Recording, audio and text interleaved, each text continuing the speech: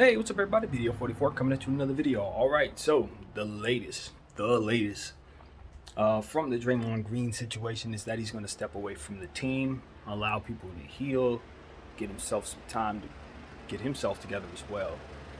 I think that's a good thing. I think that's the only way to play it for now. It's such a bad time for all of this because you need guys to be out there so that your continuity can be straight. This is not the time for guys to be taking leaves of absence for any reason right at the beginning of the season. There's so much drama going on in the NBA to start the season.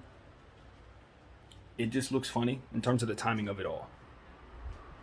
All of it to start the season? I just don't know. We had a summer full of silence. Couldn't get as much as a trade. And now, to start the season, you got like 3 scandals and punches and all kinds of... I mean, maybe it's just how it goes. Maybe it's something else. But it's a lot. And there are a lot of distractions going on. There's a lot of tanking going on. So do you know what I honestly see, ladies and gentlemen? I see an opportunity. I thought I was wearing a Lakers shirt. But yeah, purple and gold.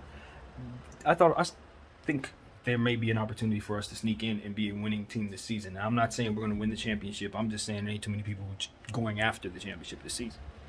I really thought I was wearing a Lakers shirt. Whatever. I have so many yellow shirts in them now. Anyway, at the point I want to give to you guys is, because the Lakers are going for a championship, the Clippers are going after a championship, Boston's probably going to go after it.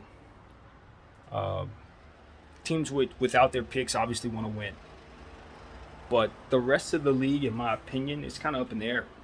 I think some of them will start the season to get a feel for how they're doing. And if they don't think they absolutely have a chance at winning the entire championship, I think they'll start going in the other direction, start shaving off players, guys that start taking long leaves of absence for injuries that don't take half as long to heal from.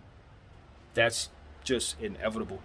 It's just the nature of the beast when you got these type of prospects in the draft. I have to do more homework on the draft, but from what I understand, the prospects behind Victor Wembanyama and Scoot Henderson are really, really, really good.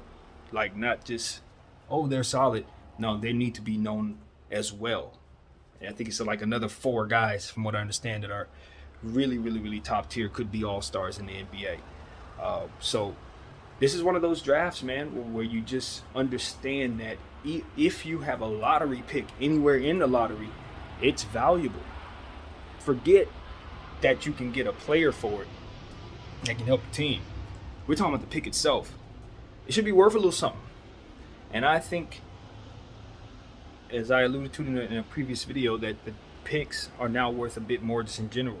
The premium on picks have gone up since Victor Wembanyama's been running around kicking butt.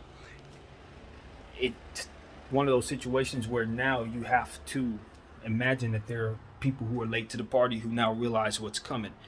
People like myself, Danny Ainge, who else? The Indiana Pacers, the Utah Jazz, Danny Ainge, San Antonio. We all knew what was coming. I lumped myself in there tongue in cheek. But I told you guys about Victor Wembanyama probably about 6 months ago, something like that. I'd say I'm late to the party, but before the main guys. And I was telling you that throughout the summertime, the reason why we were having such issues with drafts and all of that was because of Victor Wembanyama. I also told you that I thought he was the number 1 guy who has the most leverage in the league without actually even being in the league. He has more leverage than anybody else because there are about 3 teams at the time who were willing to move heaven and earth, and I believed it was going to be about 15, 16 other teams that were probably going to start doing the same thing. And they were going to start hyping this dude up the way that he was going to be hyped up, which his prospect type of talent should be hyped up as. And we were going to see him become a huge star overnight, and that's exactly what we're seeing. You know, the boogeyman is coming, I've been telling you. And now you can kind of see why certain things may be taking place. Because people are trying to move heaven and earth because they're trying to put themselves in a position to get this kid. And as I also alluded to as well, I think people are starting to realize that 3 years ago it was Zion, 7 or 10 years ago it was 80. You got to start understanding that the greatest prospect you've ever seen is going to keep coming every 3 years, because human evolution is real, and these kids getting bigger, stronger, faster, smarter. And so, yes, Victor Wembanyama is 7'5" with guard skills. The next guy is probably going to be Shaq size, who can shoot the three. Like, this is the type of stuff that you can imagine is coming. People who are able to do very, very strange things athletically, because that's just where we're headed. So if you're anticipating that without even knowing specifically who's out there, you just know what's coming, and you need to have those draft picks in hand. And so that's really what it is. That's why draft picks hold so much value, because this is the first generation where people are anticipating unprecedented stuff without really knowing exactly what's out there, without really seeing it. But you're starting to get the understanding that they keep coming. These kids keep coming. And so, yeah, that's what it is. It's just to where in Michael's day and some of the previous eras, it's about making sure the stars you have, we're happy, because you don't know, we'll never see another Michael again. We'll never see. Now we're like, yeah, we know we're going to see another KD again. We know another Bron is coming, because these dudes keep coming left and right. Zion was the pinnacle. We thought we'd never see nothing else. People move heaven and earth for Zion. Then it's another guy, then it's another guy, and now you see Victor Wembanyama tops them all. And you best believe another one's going to top him too. And that's just now the expectation. And the NBA moves accordingly. So that's what you're seeing. This is a shift. And that shift is causing a lot of weird stuff. See, the real problem with all of this, and I keep saying it, is that the NBA uses real money to represent how the teams are structured. And so that's when you get the presence of all different types of things that could be possible, because people do all kinds of different things to get money. Now, if you have another tier way to put players in place so that you can structure your teams to make sense without the presence of actual, real, tangible money being the determining factor of whether or not these players can slot in position, you incorporate a lot of different possibilities in terms of all different types of corruption, all different types of things that can go left, all different types of things that come into the situation, because it's tied directly to people's money.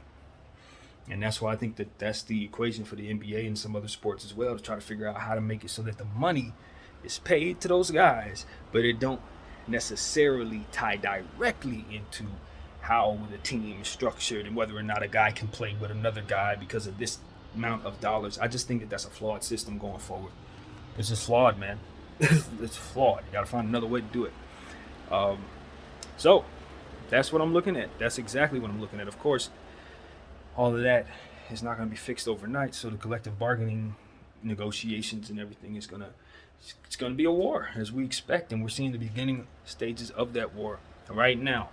And that's why I think a lockout could be very much imminent, because people are already playing dirty on both sides, it seems. So yeah, that's why you just want to look at guys like Draymond Green and say, you got to straighten up and fly right. This is not the time to be spazzing out mentally when you're up for contracts, because best believe the people who are paying you are very much aligned, focused, and balanced mentally, and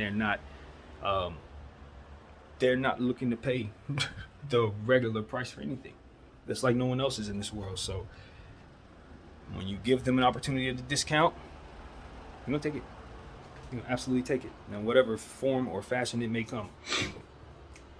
And so Draymond Green, looking at that punch, people are reacting to it the way they would react to it.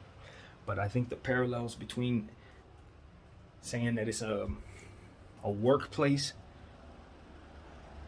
I think it is a workplace, but I think you got to take into account how much money is involved and the type of work that's being done.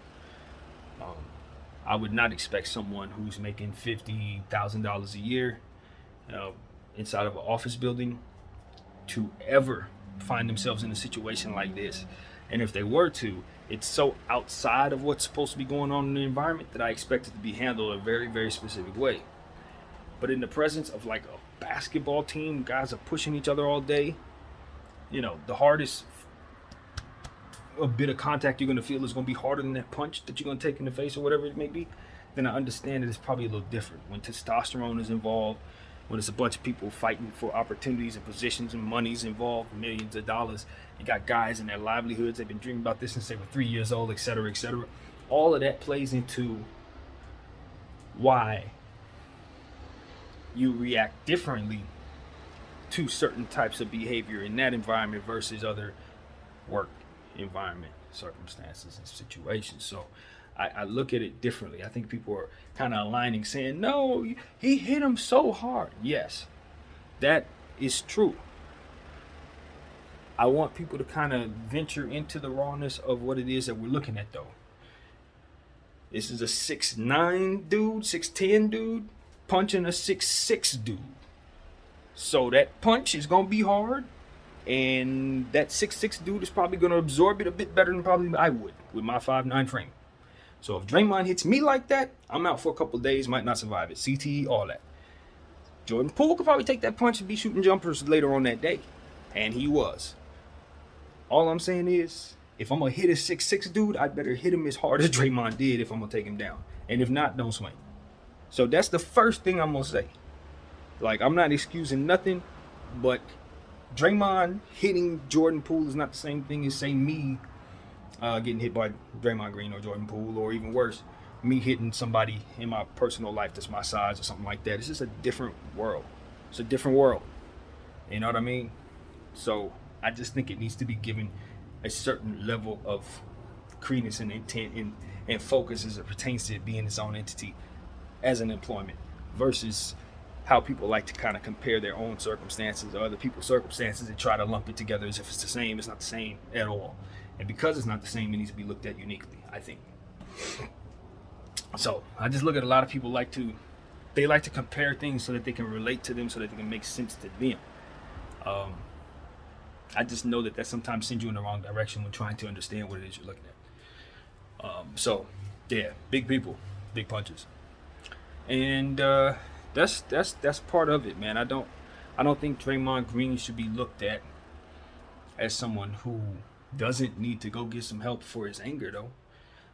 I think this can bring in the conversation of him needing to go, kind of sit down and figure out, not sit down, that speaks to someone going to jail, but someone kind of going to figure out what would make them be this angry, And so only he'll know what that would be. Only he knows that this is normal behavior for him. And only the Golden State Warriors know if they've been enabling this type of behavior. And this is when it becomes a conversation where, and it does make me wonder if the people who released this kind of had this kind of thought in mind. Robert Sarver's running around saying bad words to people and making the environment really, really bad. And we didn't know about it for a long time, or it wasn't being spoken of, or what have you. I think I don't know if that's the right word either. I think what it is the situation provides for those who are on the other side is the ability to say that Draymond Green could have potentially been doing this the whole time, bullying players and all of that. And that, and that is something that the Warriors either enabled or, dare I say, were kind of swayed by the bullying. So that's just the type of stuff you don't want people to think. But when you see somebody getting punched like that, and you see the rest of the people around him kind of behave as if it ain't that big of a deal, a layman one will think that. A person who doesn't understand those environments will think that is something that could have been going on a lot. He could have been running around knocking people out in practice all this time, and they were keeping it quiet. Which I honestly don't believe was happening. I really don't. But, what we saw was what a lot of people would deem abuse. Physical abuse, and that opens up the conversation for a lot of other different possibilities, which is why Dre really does need to go do what he needs to do right now to make sure that he's working in the right energy for himself and representing himself in the right way.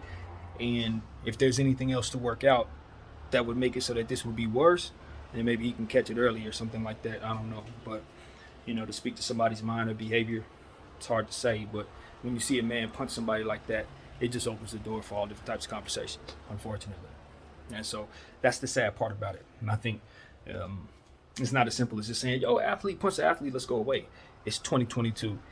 It's a world where we are looking into mental health. It's a world where we're looking into bullying tactics. It's a world where we're looking at all different types of things. And so uh, I think that's where we're at.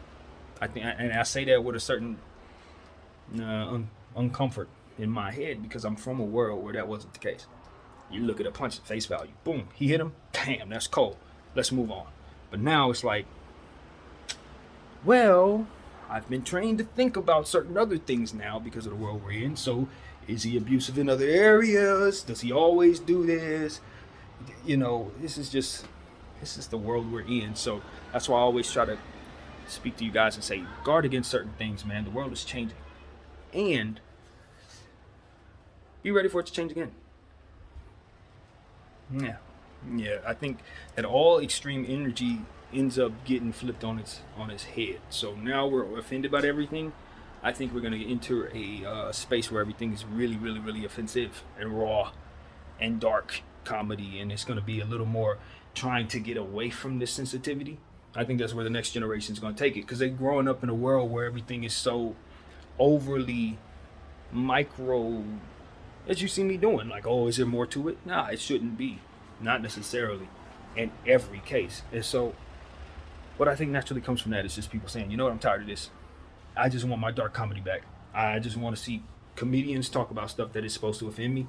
I want to see violence. I want to see all different types of stuff. I think people are going to head in that direction because they're sick of the cancel culture. And I think it's going to be a natural corporate reaction to that as well.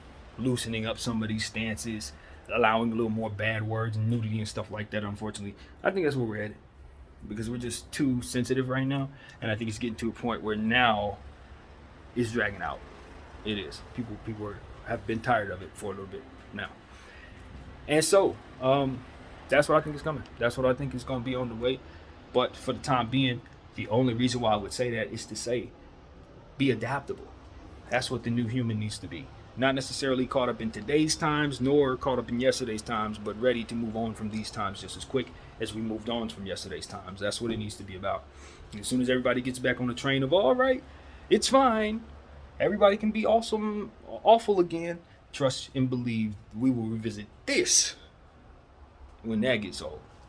Because as long as there's no balance, there's going to be a reason to flip back to what it is that there's not in regards to these type of things. So that's what I know, human nature. But in the meantime, in between time, I hope Draymond gets a chance to rest his mind, attack those demons. You know what I mean? That's what it really comes down to.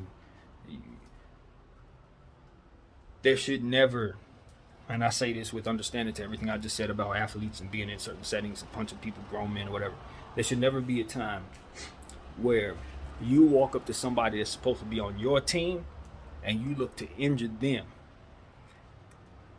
because you need your numbers, right? Let's be honest. And I come from a place where discipline is real. You certain groups, you're going to discipline your guys. But at the end of the day, what you're not going to do is make it so that your soldier is down, because you need your numbers. He can't be out the game. He just got to be disciplined. Draymond wasn't certain, in my opinion, if he was going to break that man's jaw or not. I don't think he cared if he was going to break his jaw. And I think that is a big, huge problem. I really do. On human levels and all that stuff, on the team level as well. And I think that is the thing. That's the thing that I think has been that I've been seeing it over the years with Draymond. It's just like sometimes the things that he does, it hurts himself. You know, as a lot of us have that issue. But certain things, when you go to hurt yourself, you hurt others, and as a result of hurting others, you hurt yourself. That's never okay either. And that's kind of what he's done here. You know, he's hurting himself by punching Jordan Poole. Jordan Poole's gonna heal up, but now Draymond has to deal with this. And so it's like, well, who are you trying to punch, Dre? Who are you really hurting in this situation? I think that's the type of stuff that he's going to figure out. You know, that's the type of stuff when you go around being abusive right before it's time to make some money. When we talk about Miles Bridges and how his situation appears, you about to make some money and now you want to knock people out. Now you want to be abusive. What is that about? What is that about? Are we afraid of success? Are we afraid of of the last contract, as these guys have been describing the situation is. People be afraid of the end.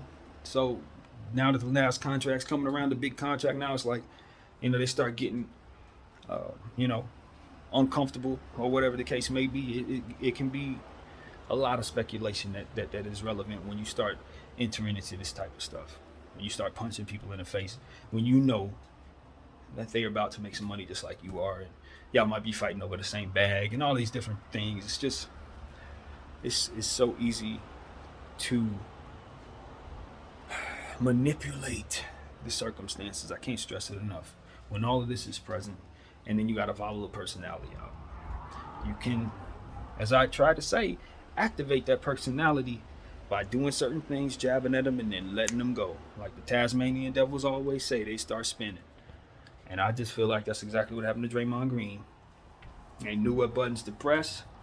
They pressed them and made sure the camera was rolling. And so I don't know, man. It's somber when I speak this way, because I just understand that a lot of times people who are like that, they don't know how to control it. It's not that they ain't smart enough to realize they're like that. It's just they can't stop themselves. And I think that's what it's about. It's going to get that under control, so you're not susceptible to attacking people and ultimately hurting yourself. That's it. That's all it is to it. It's about being balanced in the times you're in. If this is 1992, then it's acceptable times. You could punch him in the face and get, not even hear about it tomorrow. But because it's 2022 and all it has to do with right now, Draymond doing this, it speaks to something else going on, I'd imagine, when you don't protect against certain things. So that's what I'm speaking to. That's all I can speak to.